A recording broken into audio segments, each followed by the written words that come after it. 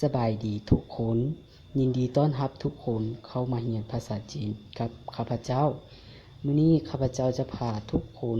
ไปเรียนรู้เกี่ยวกับประโยคที่สำคัญในภาษาจีนซึ่งข้าพเจ้าเชื่อว่าทุกคนสามารถนำไปใช้ได้ในชีวิตประจำวันแต่ก่อนเราจะไปเรียนรู้นำกันขอให้ทุกคนช่วยกดไลค์กดแชร์หรือว่ากดติดตามเพื่อเป็นกำลังใจให้ข้าพเจ้าได้เนาะจากนั้นเราไปเรียนรู้นำกันเลยเรามาเบิ่งประโยคที่1ประโยคที่1นีฮาวนีฮาวแปลว่าสบายดีประโยคที่2นินฮาวนินฮาวแปลว่าสบายดีคือกันแต่ว่าประโยคนี้จะใช้เมื่อให้เกียรติคู่สนทนาประโยคที่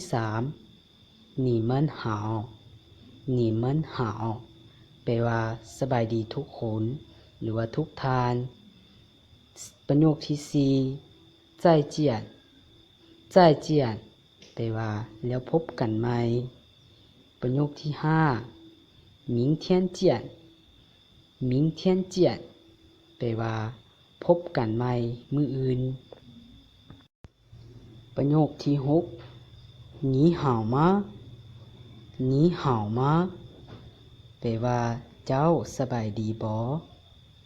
ประโยคที่7我很好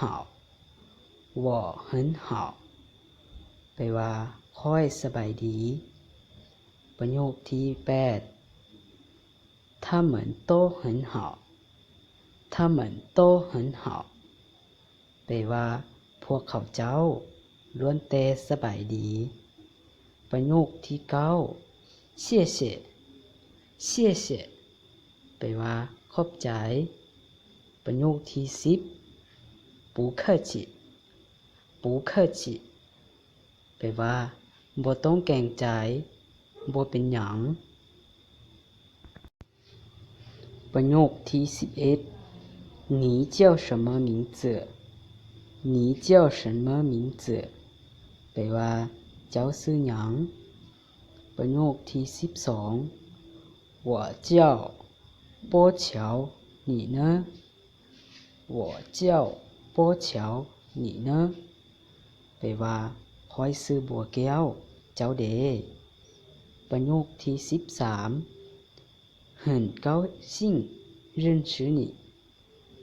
很高兴认识你แปลว่ายินดีที่ได้รู้จักประโยคที่14您贵姓您贵姓แปลว่านามสกุลเจ้าแม่นหยัง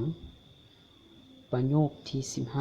15我姓王我姓王แปลว่าข้อยนามสกุลหวาง